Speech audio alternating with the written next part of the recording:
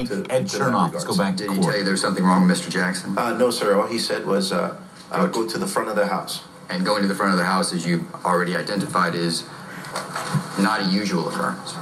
Well, I mean, when we're asked to go in through the front of the house, then we would go in through the front of the house. But it's not unusual.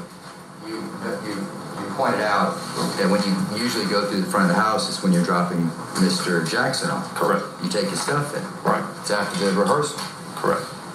But you going through the front of the door, generally speaking, is an unusual occurrence. Well, I mean,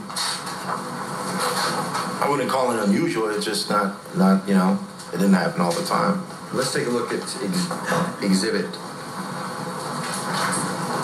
6, People Exhibit 6. You've already pointed out the security trailer is right here. Is that right? Yes, sir. Pointing to that white box that you've already identified for the record. Yes. And next to the security trailer, there's a little tower, which is, there's a door right next to the security trailer that's attached to that tower. Is that right? Correct. Goes to the kitchen. Mm-hmm. You need to use the restroom, you go through the kitchen. That is correct, sir. But he asked you to go to the front. That is correct, sir. And then at some point, he asked you to jog. I'm sorry? He asked you to jog. He asked you to run. Oh, yes. He told me to speed up, yes. Did that alarm you? Well, I was already heightened. So, I mean, I just proceeded to speed up. And you go from sitting in the trailer, browsing the internet, right? Yes. Nothing's happening. Correct. You had no concern that anything was happening inside the house. That's correct, sir. To go to the front door, start jogging to the front door, get in there. Correct. Your tension was heightened. That is correct, sir. So you get to the front door, and you're instructed to go upstairs. Is that right? At this particular moment, no. Until I said, the front door is locked. And then once the nanny approached and opened the door, I told Michael Muir, okay, I'm inside the house. Then he instructed me to go upstairs. And you did? I did. And that's unusual, too? That was unusual, yes. And in fact, you said you've been upstairs twice. Correct. Both times was merely to help bring the hairdresser up. That is correct, sir. So this is unusual. Yes. Did you think at this time that maybe there was something wrong with Mr. Jackson? Yes. I knew something was wrong. I didn't know it was with Mr. Jackson. And you are Mr. Jackson's security. That's correct. You're his security, his safety. That's paramount. That's your responsibility, right? That's correct. You were concerned. I was concerned, yes. You get up to the landing. You see Dr. Murray walking through the foyer. Yes. To the foyer, and then you hang up the phone with Michael Muir when he says something. Correct, sir. All right. So let's go over all the things that you did. Yes. Prior to calling 911. Okay. You walked through the foyer. Yes.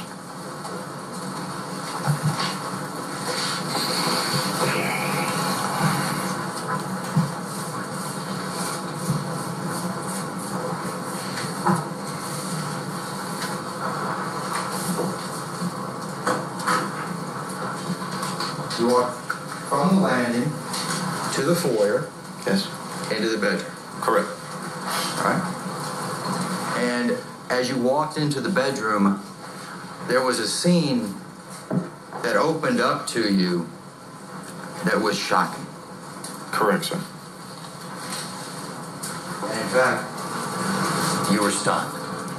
I was shocked, yes.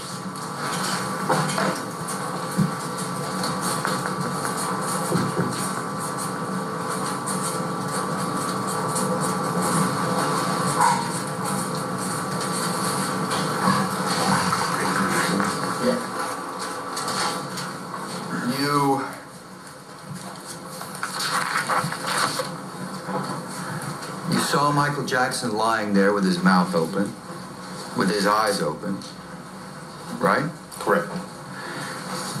And at that period of time, You were frozen. I was, you know, I don't recall if I was frozen at that time, but I know I was. It was shocking to see the situation. You were in shock then. Yes, it was stunning. Yes. And you looked around the room. Not at that particular time, sir. Well, you looked at Mr. Jackson. Correct.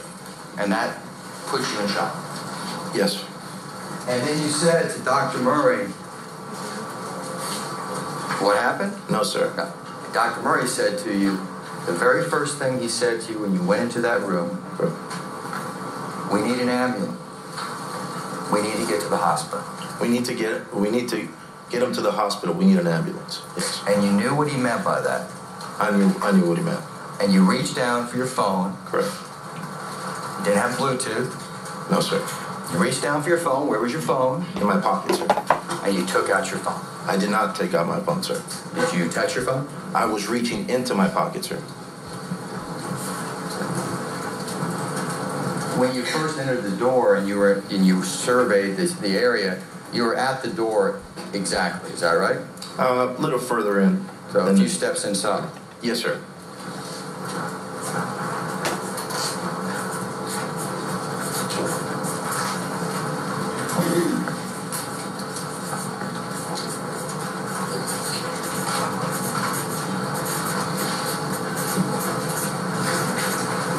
You were going to call 911. Right? Yes, sir. And you were interrupted at that point by the children. Correct.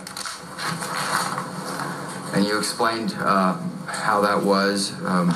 It was both Paris and Prince, wasn't it? That is correct, sir. And Paris was very upset. Yes. And Dr. Murray said, don't let them see their father like this. Yes. Get him out. Get him out. Yes. But you would have done that on your own, right? No, sir. I mean, I was just in the moment, and I didn't think about ushering them out. I was thinking about the situation, sir. Well, I mean, you didn't want them to see their father that way either, right? Well, sir, I was concerned about Mr. Jackson at that time, sir. Okay. But you escorted him out. Yes, I did. You escorted him out the door of the bedroom, right? Correct. Through the foyer. Correct. Through the landing. No, sir. I stopped at the door. You recall telling this whole, or testifying at the preliminary hearing? I recall, yes. And you have, but prior to testifying today, you reviewed your testimony at the preliminary hearing, haven't you? I'm sorry, sir? You have reviewed your testimony from the preliminary hearing, haven't you? I have. When's the last time you reviewed? A couple of weeks ago. You recall stating at the preliminary hearing you walked them to the landing? I recall saying that I walked them outside the room, sir. Well, Paris was upset. Yes. Right? You didn't push the kids out, did you? Of course not.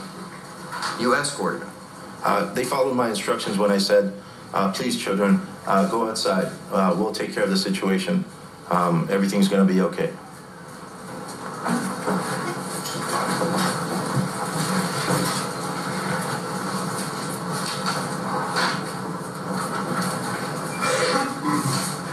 So you talked to the children. Correct. You comforted them. I said those words, yes. You said, please, don't worry, we'll take care of it. Yes. You didn't yell at them, right? Not at all, sir. You didn't say, get out of here, right? No, sir. You comforted them. Did you look at them in the eyes when you said that? I don't recall. I remember looking at both of them.